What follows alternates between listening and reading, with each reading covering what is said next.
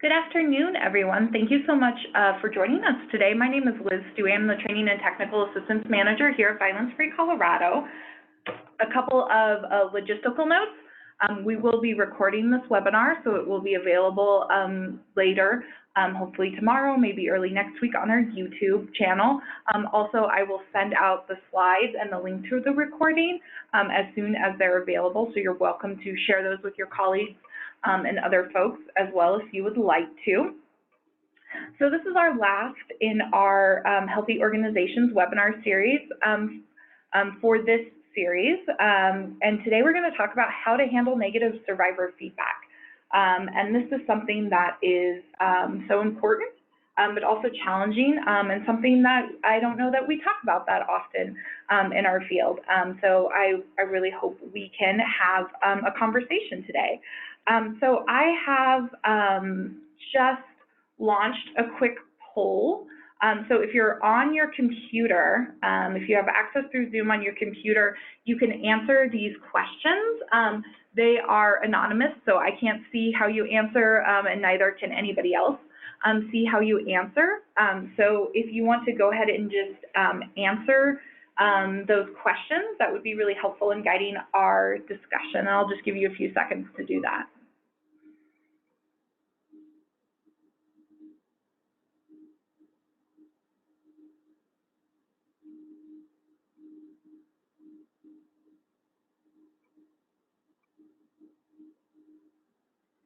Great, so what the poll is showing us so far is that about 20% of folks, the first question was, I have received feedback from a survivor/client that made me feel bad.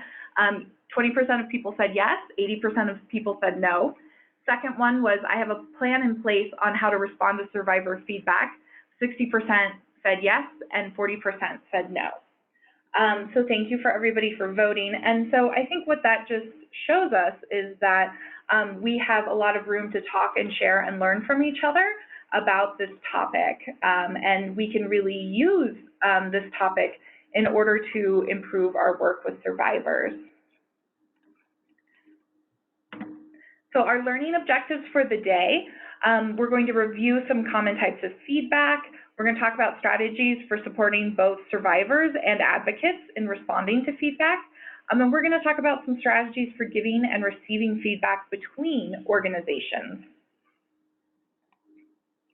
So the first thing, and I really included this slide so that we could just acknowledge that feedback comes in a lot of different formats. So feedback, a lot of times we think of like data and surveys as feedback, which absolutely, they are very significant and often required by our funders as part of our work, but there can also be other kinds of feedback that we receive. With survivors, a lot of times the feedback we receive might be informal and communicated verbally. That might be the easiest way. I feel like that happens fairly regularly. Sometimes we get feedback from community partners. If we're in meetings or other community spaces, we may receive some feedback about our services or somebody that they know's experiences. We also, sometimes we get phone calls or letters or, stopped on the street where somebody wants to share that they are a family or friend of a survivor and share their experience. Could be positive, could be negative, could be neutral. Oftentimes, we get feedback from the systems that we participate in, especially with a lot of survivors. We might get feedback from law enforcement or legal systems. And then we get feedback from funders, right? So whether or not our grant applications are approved or whether or not we have some sort of formal review process in the course of a grant that we have received, we will also receive that feedback. And sometimes funders want to see survivor feedback, and sometimes funders can be giving you back survivor feedback, right? So sometimes survivors will contact funders to give feedback. So these are just a lot of different ways to think about it. And so I want to broaden our minds so we can think about feedback and a lot of different ways that it may come. So one of the kind of driving forces behind creating this webinar in the first place was that we were here at Violence Free Colorado, we were getting a lot of TA questions about receiving survivor feedback in really challenging or negative ways. It could be that the survivor was, yelling at somebody, or had written a really harsh review on their survey, used negative language, had, maybe shared feedback during a really inappropriate time, or in other inappropriate manner. And so the first thing I want to talk about is, why do we sometimes get this feedback, especially if it's bad, right?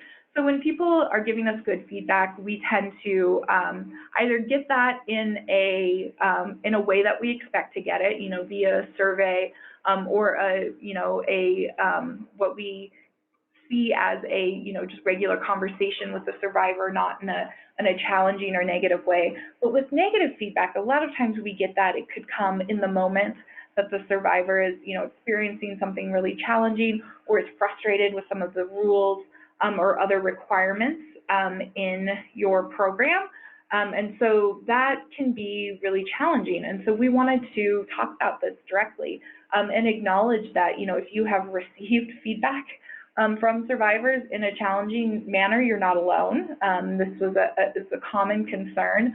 And programs were really wanting to both be able to support the survivor and be able to support the advocates in their program at the same time. So there are some really unique experiences to survivors of domestic violence and sexual assault that could cause feedback to come in ways that we as professionals in the field might view as either inappropriate or difficult, or just challenging as humans as a way to receive it. So the process of experiencing trauma changes how we respond to triggers in our environment. So if somebody is in a position where they are safe and they are not in that kind of fear for their lives position, they're going to be able to give feedback in a different way than somebody who may be, really living long-term in that fear response. And so just the trauma of experiencing domestic violence and sexual assault can cause people to not be able to really communicate in a way that we would typically deem appropriate. And another concern about that is that how they have been giving and receiving feedback in their own lives may have been really unhealthy and hard for them. They may have, from their abuser, they may have received a ton of negative feedback, or they may have found that the only way to get their voice across in their relationship was to be really strong or opinionated or yelling or whatever it is that's happening with the survivor. That may be a direct response to what we're there to support them with. Also, brain injury. We're finding out more and more every year how common brain injuries are in survivors of domestic violence and sexual assault, either from blows or strangulation or other kinds of injury. Brain injury is very common. It's also very hard sometimes to diagnose or recognize. A lot of times survivors will not even realize that they've experienced this brain injury, but it does impact and change their behavior, and it can impact and change how they interact with us as advocates. And so that is something we want to keep in mind could be happening for somebody that we're working with.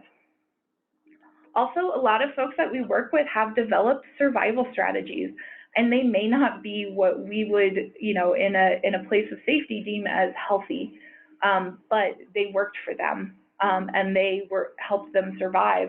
And therefore, those strategies may be very ingrained in their behavior because it has gotten them so far. And so that's something just to acknowledge and recognize that that might be part of what's happening for somebody. Another thing that is really common for survivors of domestic violence and sexual assault is that they're experiencing intersectional forms of oppression. So that may be from racism or sexism or homophobia or other forms of oppression in addition to the violence that they've experienced in their relationships. And that can really impact how somebody can respond in the world. It is a compounding bit of trauma.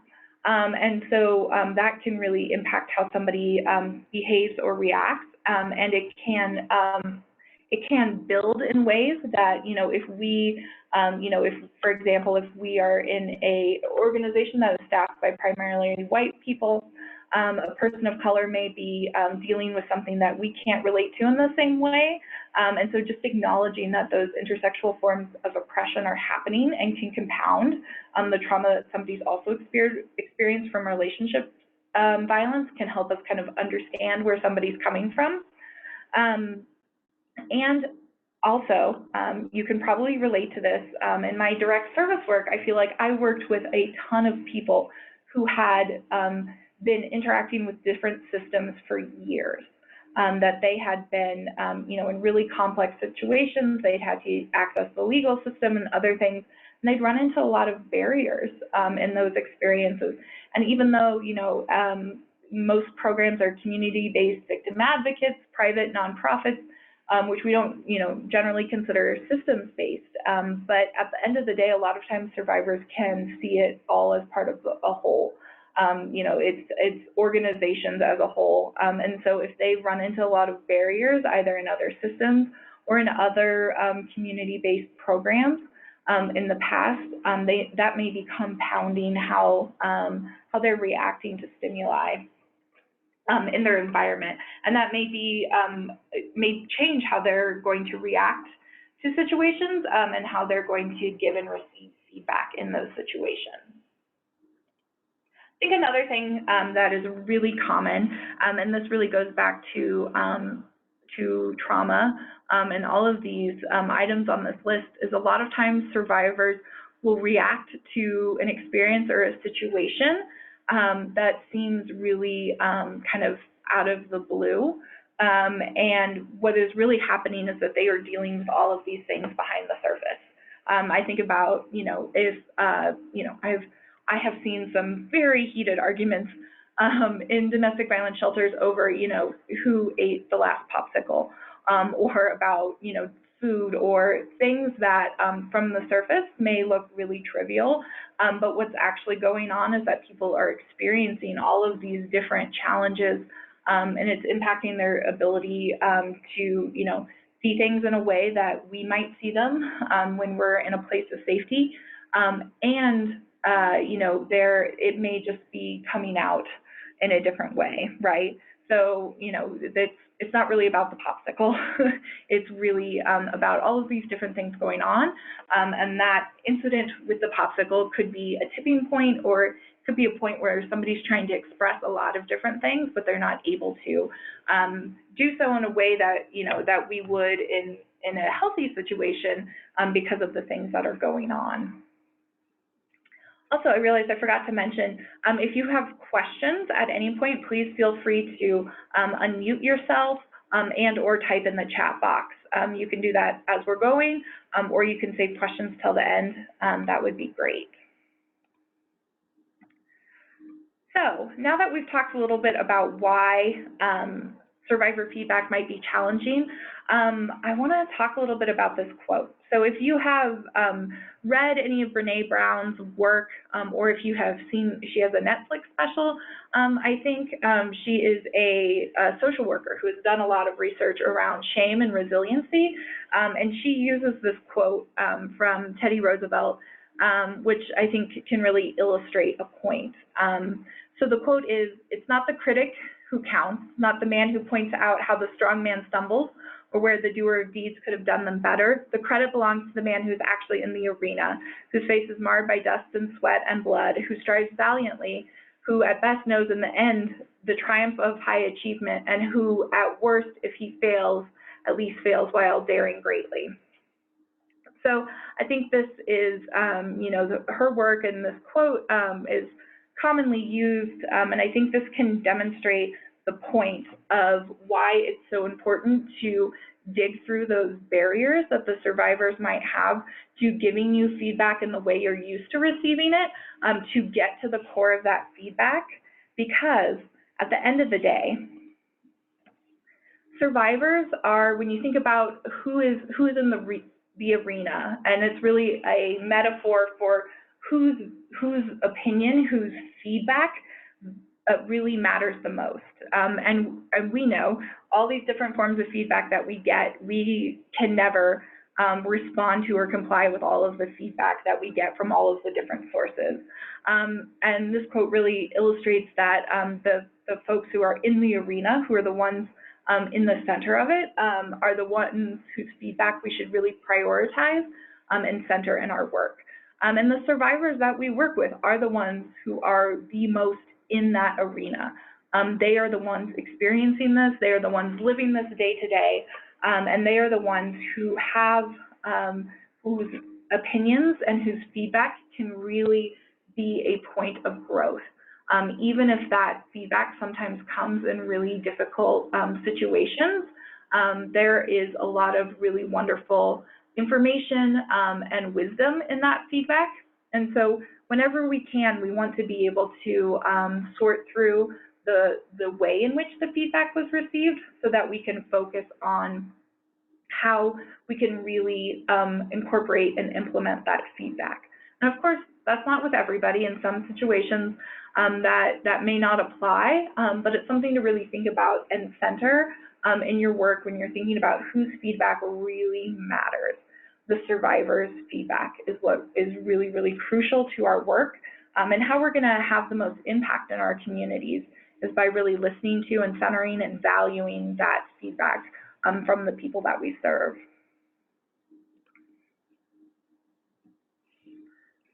So now that we've talked a little bit about how sometimes feedback can be difficult, so now we're going to talk about ways to support a survivor in that feedback. So of course, the first one is going to be listening. And this can be really helpful both when somebody has really valuable and constructive feedback to give you, and when somebody just needs to talk to you about the ways in which things are really hard and challenging for them. Sometimes feedback is about expressing what's going on and feeling that even if somebody can't do something to fix what's going on and what's really harming you at the time, feeling listened to and supported can be really valuable. And so this can be really hard for advocates. I think it's hard for humans in general, but especially advocates, because we are hardwired to help. That's what we're here to do. We want to help, we want to fix, we want people to be safe. And so sometimes listening without providing our own feedback or action steps or other things can be really challenging. So we want to always start with the listening. We want survivors to feel like they can come to us with their feedback because we're going to take the time to listen to them. And if, that we talked about some of those challenging situations, that feedback might come into play. And if it is not a situation where you can listen to the survivor in the moment, how do you make arrangements to set a time to really sit down and listen to that person in the future? If it's not a safe time to have that conversation, or if the survivor's not in a place where they can safely have that conversation, we just want to say, hey, we value you as a person. We want to listen to you. Can we do this, at another time, or in an hour after you've had some time to think about everything and process it? It's always okay. It doesn't always have to be in the moment, but acknowledging that listening part is really important. And it's important to survivors too. It helps build trust. It's how we can establish that we really care and respect somebody, and it can go a long way with another person if we're willing to listen, even when it's difficult, and even when we may feel responsible for some of the problems that they're facing. Still just giving them the space and time to listen can be a really powerful response. And that just ties into the next one, which is don't give justifications. There may be, after a survivor has shared some feedback with you, there may be a point where you're following up and addressing, if a mistake was made or if something was challenging, that you may want to follow up that feedback in the future with offering solutions or things like that. But it doesn't have to be right away. You want to start by letting the person share their story and their experience, and letting them know that you're really willing to listen to that. And then ask the survivor. This is something I see in relationship advice all the time, not just in our work with survivors, is, ask somebody, are you wanting to talk to me about this issue because you want me to offer solutions, or do you just want somebody to talk to about this? And that can be a great way to tell the survivor that, like, hey, I'm here either way, whether you need to vent about your experience trying to get an application done through the housing authority, or if you want me to really be offering solutions and helping you with your application. Either way, I'm here for you. That can be a great way to set up that trust and establish that the survivor's opinion matters, no matter what your role is in that solution. Apologizing. This can be hard in nonprofits. Sometimes we feel like if we've truly made a mistake and we're apologizing for it, we could be, admitting that we're liable or we're causing harm, or that somehow reflects really poorly on us, when a simple apology can be really powerful, and it can establish that relationship, and that there are times when it's really appropriate to have that apology, and that can go a long way to building that trust. Survivors know that advocates are humans, and they don't actually expect us to be superhuman all the time, and so sometimes admitting when we haven't been okay can be great. So we've got a question that this person typed in that they have had 2 system-based advocates give negative feedback as a survivor when discussing officer-involved DV. I'm sure it's because they may never have encountered officer-involved domestic violence in their career, but it is and can be because of the close working relationships are formed with law enforcement officials in the course of their work, and at the police department and the DA's office, and the truth can sometimes be difficult to reconcile. I've received this feedback to my face from these advocates, and program advocates have been very open to learning. I really appreciate that experience. Thank you for sharing. And this is receiving and giving feedback is a skill that that most people aren't great at, and it is really hard to separate your own biases and beliefs from really being able to provide open and honest feedback. And I think it's a natural response that as humans we can be defensive to feedback. I know I can be, for sure, which is why talking about it and thinking about it this way can be really a good way to start on the journey to give yourself that chance to pause in those situations and think about how you're going to respond, both when you're receiving feedback. And it's so important that we really truly center and value that feedback. I think the more that we value feedback, especially from survivors, the more we center that as a core value of our organizations, the easier it is to receive and deal with that feedback. And like with all things with humans, we build new skills. We build new neural pathways in our brains when we learn new skills. And so even though it's not something that's comfortable and familiar for a lot of people, it is a skill that we can learn and improve on, and it has such a profound effect on our work. So thank you for sharing that.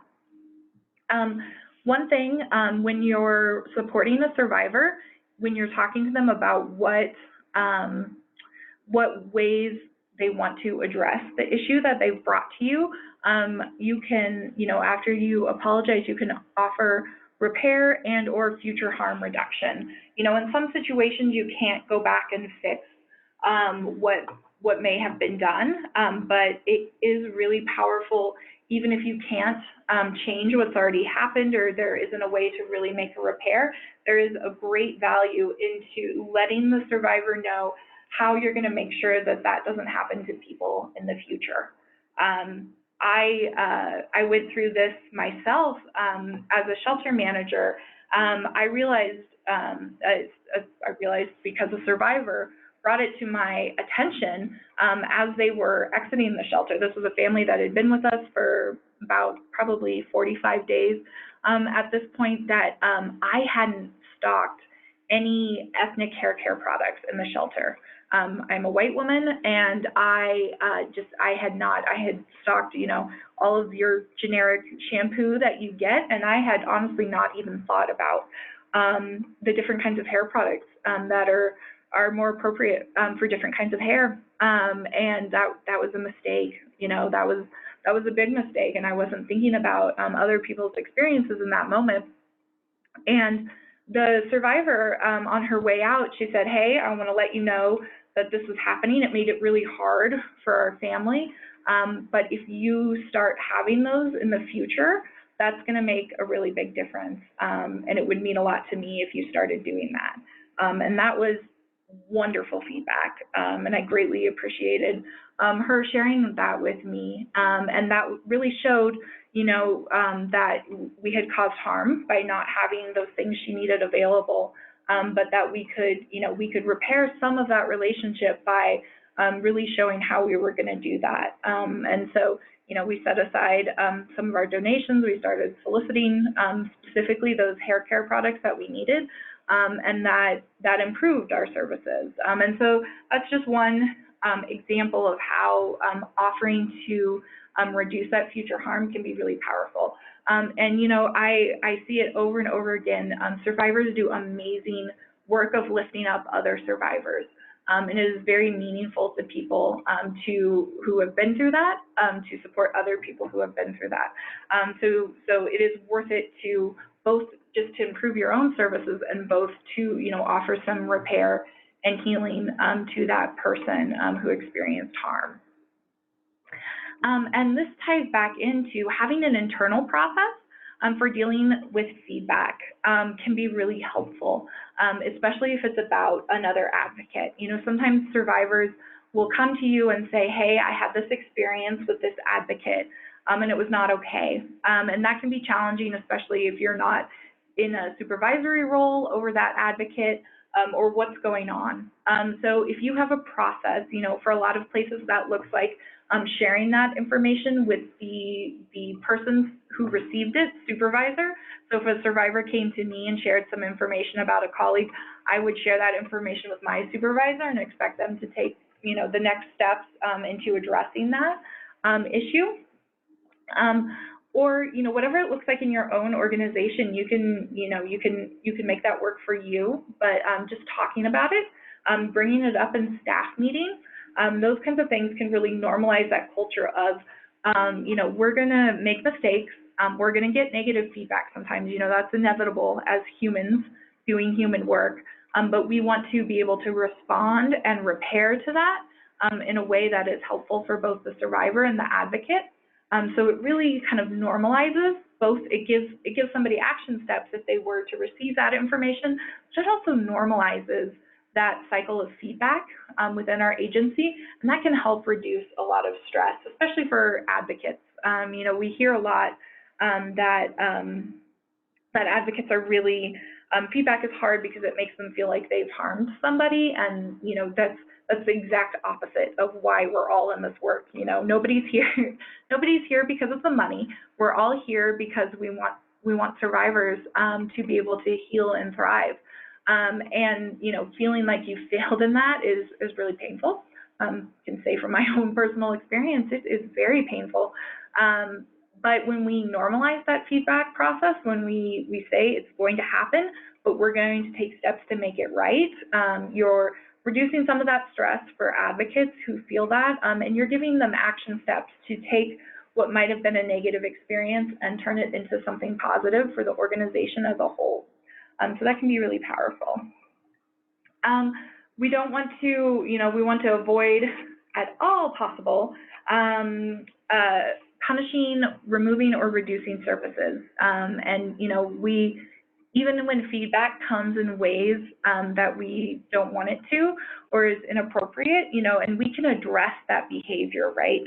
We can say, hey, it's really hard on advocates when you yell at them. So, we really want to try and communicate in a more healthy way, but not using that as a way to remove or reduce services.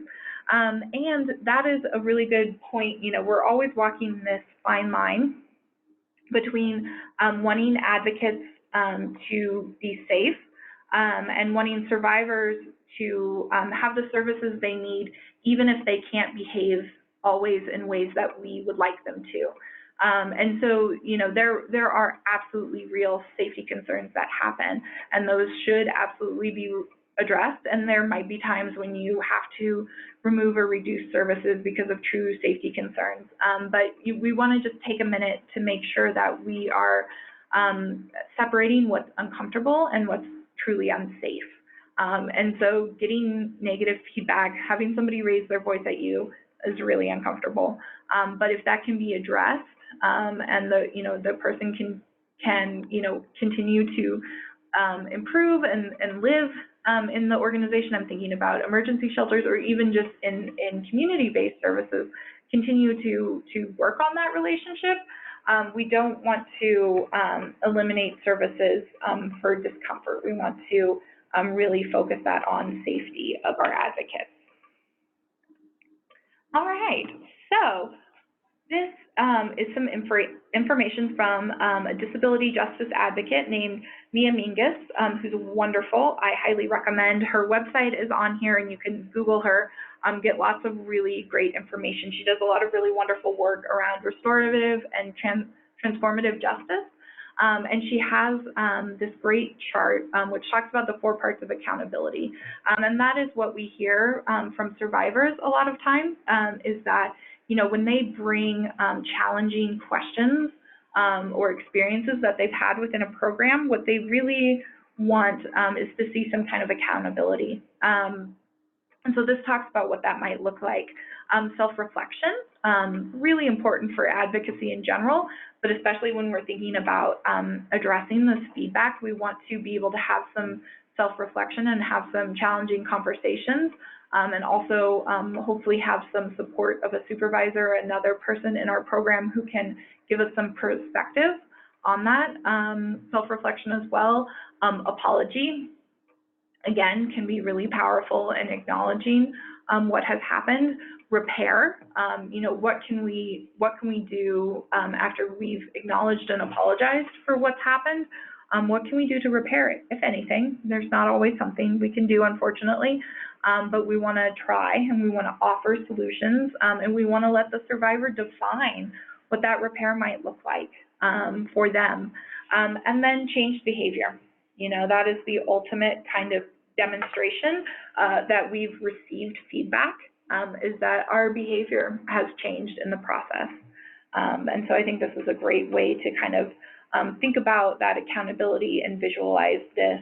And she has just a lot of great resources, so I encourage you to check her out. So now we're going to shift a little bit and thinking about how do we support advocates. And also, I want to acknowledge here that the complexities of the reality that sometimes our advocates are also survivors. That's absolutely a wonderful skill and gift that folks can bring to their work. That could also complicate people's experiences of receiving and giving feedback. So, it's going to be different for every single person. So just something to acknowledge that, if you are a supervisor or a colleague of somebody who is a domestic violence or sexual assault advocate and also a survivor of one of those things, that giving and receiving feedback might look differently for them. And we want to just ask and be aware of what those differences are. But ways that we can support advocates. So the first thing that we can do is give them time and space to step away, right? I feel like this happens sometimes on crisis lines. Sometimes we get a phone call of somebody that is really angry and scared, and they might, unload that information on us and then hang up. It's happened to me before. I think it's happened to a lot of advocates. And sometimes we need to be able to step away from that phone, if at all possible, and take a 10-minute breather, step outside for a little bit, goof off on your phone, whatever it is that lets you kind of come down from that experience and process that experience. Not having to go right into another potentially challenging experience goes a long way to promoting resiliency and reducing the impact of secondary trauma that can happen from feedback sometimes. So sometimes it seems silly or insignificant, but it's actually really helpful. And so this is another way that within our agencies we can normalize this feedback process. You know, if we're talking about how we're truly responding to feedback, you know, this kind of space is part of the conversation. So if it's something that has been discussed at a staff meeting, you've had folks together and they've talked about it, so then when it happens and one advocate can say to another, hey, you know, I just got some really challenging feedback on that call, and I want to address it, but right now, you know, I need to step outside for a second. And that other person will have some understanding of that need, and that can really, you know, improve that experience for the advocate and help create that culture of receiving and responding to feedback. So one of the best tools for helping to reduce the impact of secondary trauma is reflective supervision, and we have some tools about that and webinars about that. So if you're interested in learning more about reflective supervision, there's a lot of great information out there, and I'm happy to talk to you more about that. But the core of it is that we are allowing folks time and space to process what they're going through, and then we're helping them actively problem solve how to respond to that experience. And so that can go a long way to helping somebody. Sometimes as humans, we tend to maybe hold in or not share some of those negative comments because, you know, we feel bad about them, or, you know, it's just embarrassing to have to tell your boss that somebody just, you know, on the phone said you did a terrible job or something like that. That's normal, right? We tend to internalize and mitigate those, and so when we have a combination of a culture that that doesn't hide from mistakes, that wants to respond and repair from mistakes, and we have a culture where we use reflective supervision, where people can process these events with their supervisors, that can work in tandem to really strengthen and support advocates in this process.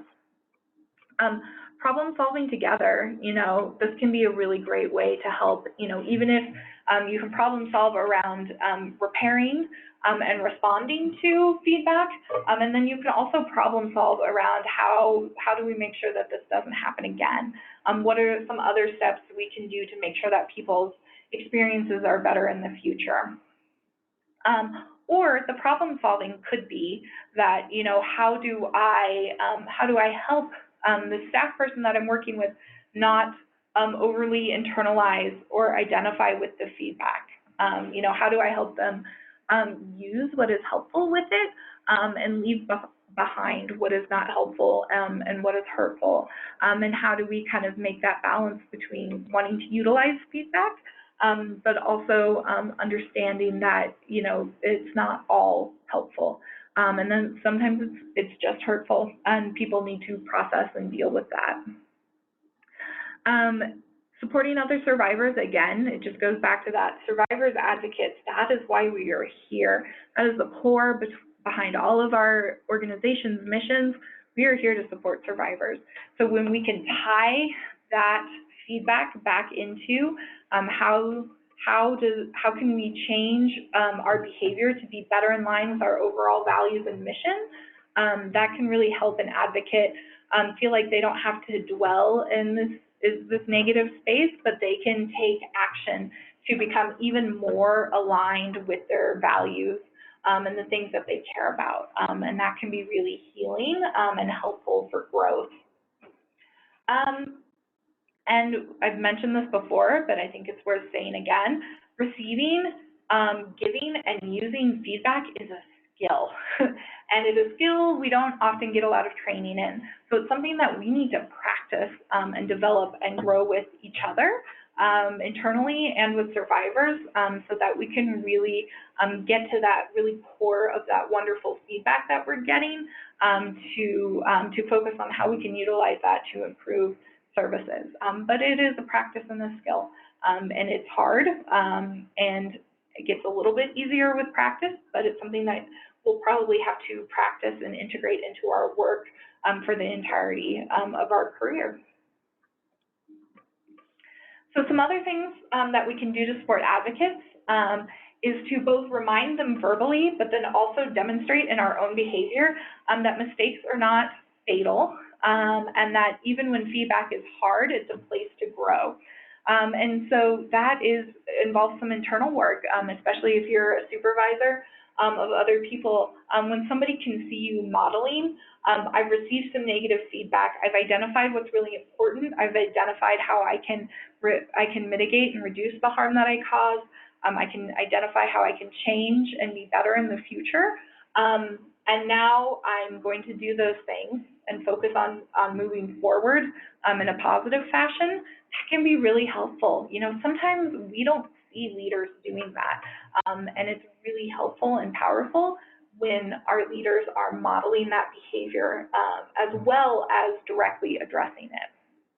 And it's hard, but it's also really helpful and powerful. So sometimes it can be easy. You know, maybe you overhear some negative feedback being given by a survivor, or you know, it's come through on a survey, and you're not really exactly sure how to address it. So you know, you're so overwhelmed with all of the things you already have to do that you're just going to kind of let it go. But even if it's just a very brief conversation with the advocate, that is going to be powerful, because we never know what somebody has internalized or taken to heart, and we want to address that. And also, it is a great learning opportunity for them, right? If there is some really valuable feedback in that, and the way that they do their advocacy or the way that services are provided, but ignoring it doesn't help either way. It doesn't help us do better for survivors, and it doesn't help the advocate, because they may be holding that in, feeling like they're going to be punished or blamed for receiving that feedback. And that's not a healthy way to feel in your work.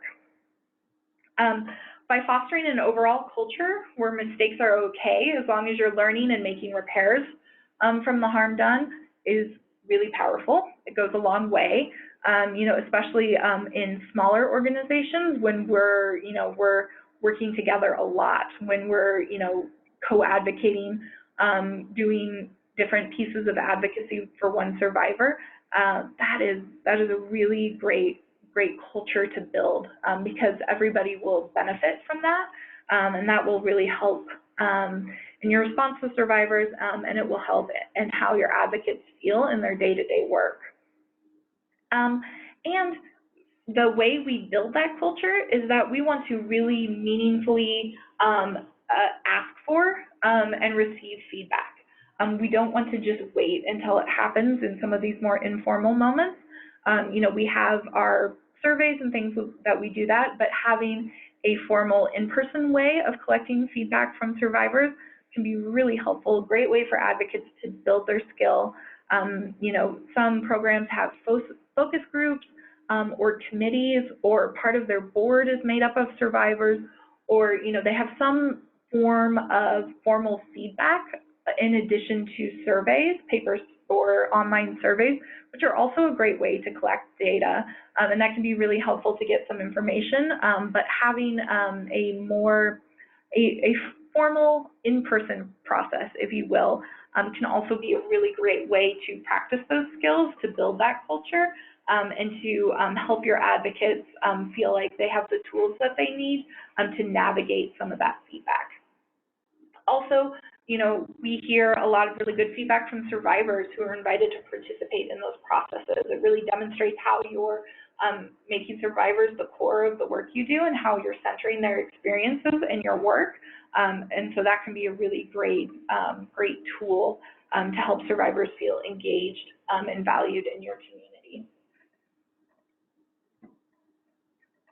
So strategies for receiving feedback. So we're going to talk about strategies for receiving feedback and strategies for giving feedback. And so really these strategies are talking about how do we potentially give each other feedback between our organizations. I think this is something that can be really valuable. You know, the state of Colorado isn't all that big. A lot of times survivors are utilizing services from different programs, either simultaneously or over the course of their journey to safety. So it is not uncommon that, you know, one program can receive feedback about a survivor's experience in another program. That can be a really awkward position to be in, because you want to support and believe the survivor, but you also want to support and believe advocates at other agencies, and so that can put programs in kind of a difficult situation.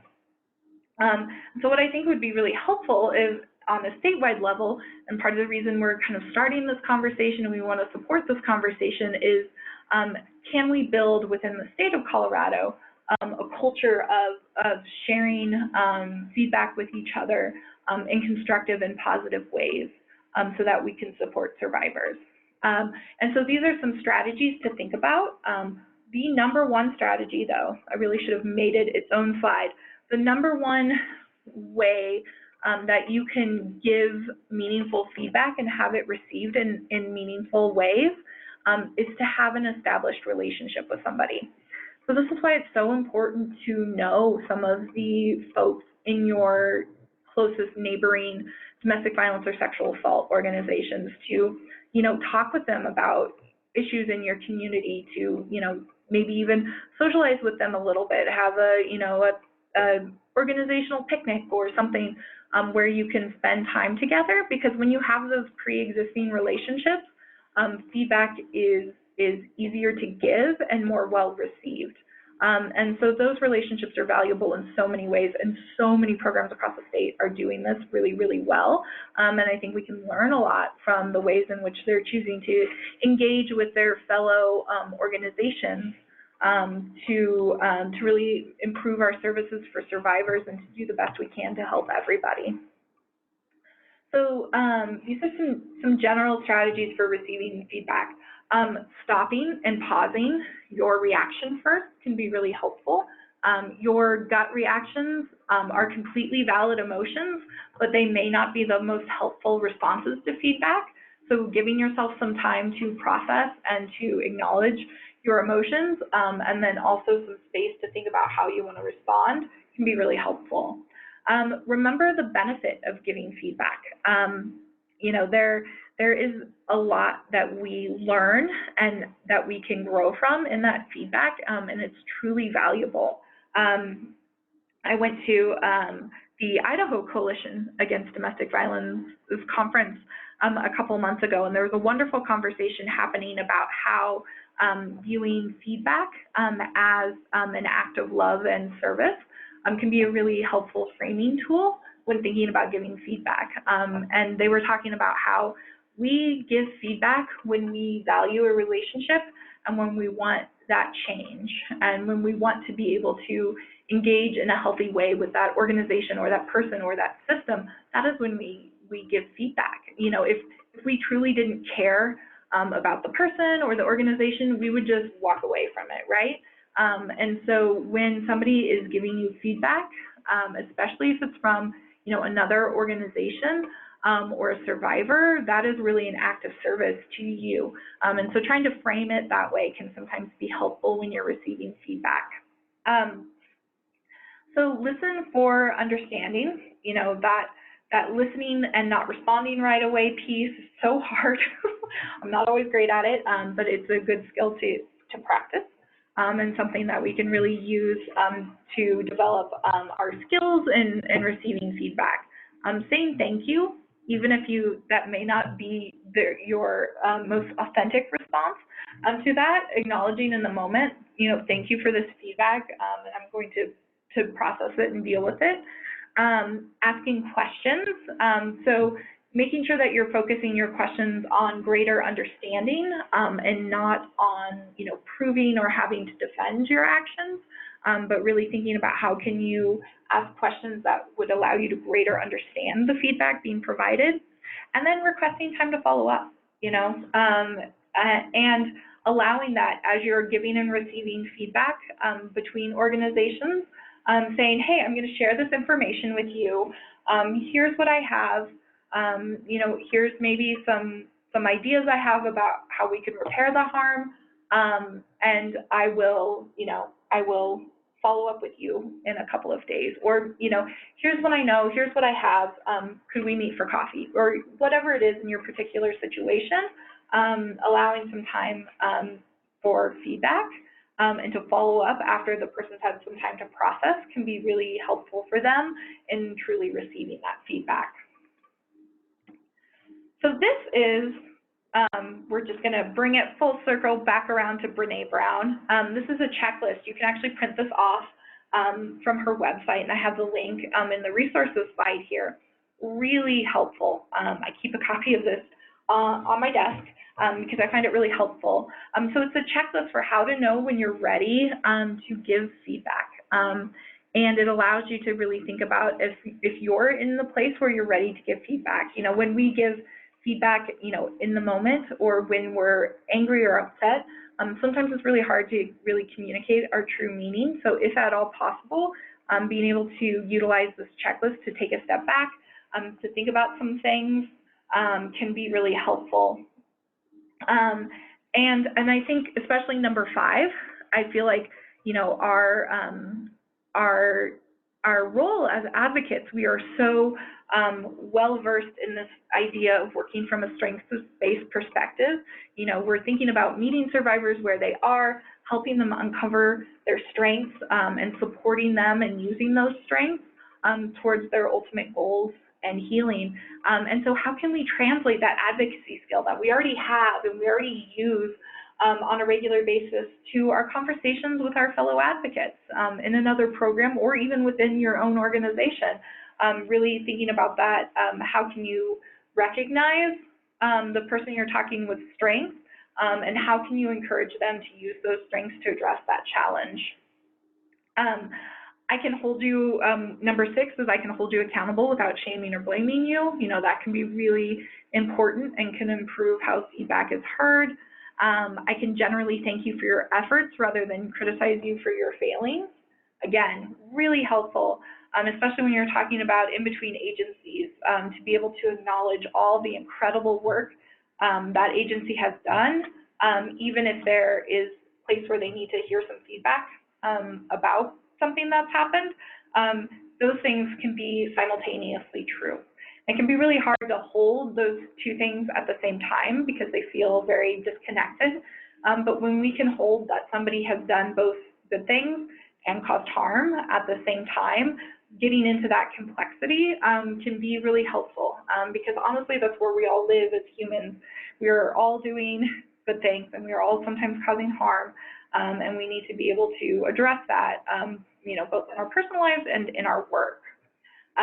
So this is a list. If you're interested in this, I encourage you to take some time, read through this. It can be really helpful.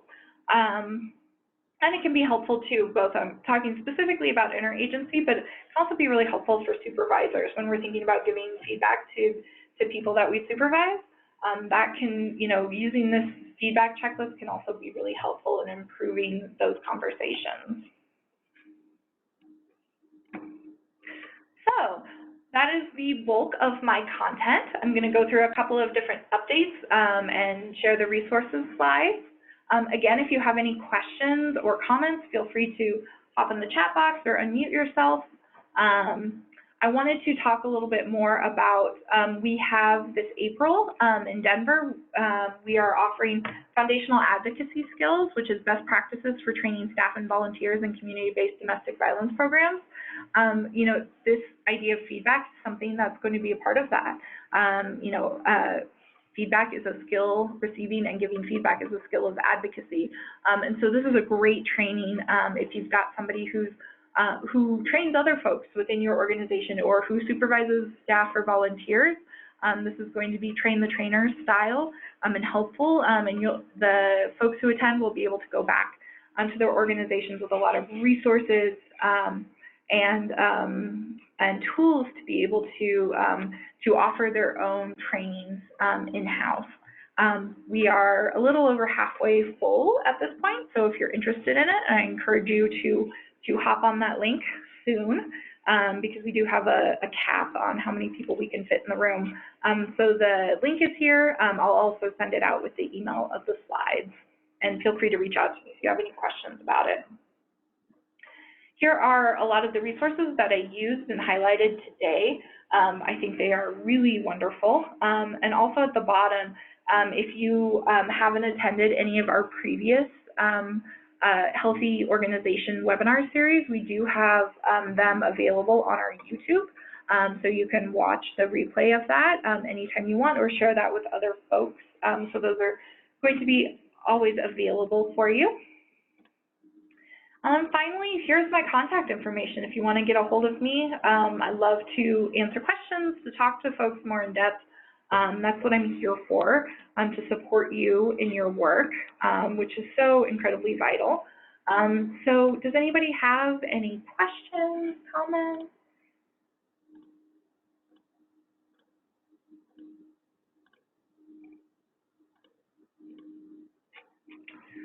Great. Well, I'm not seeing anything, but as always, I'm available and here to support you. So please feel free to reach out, and we hope to talk to you soon. Have a great day, everybody.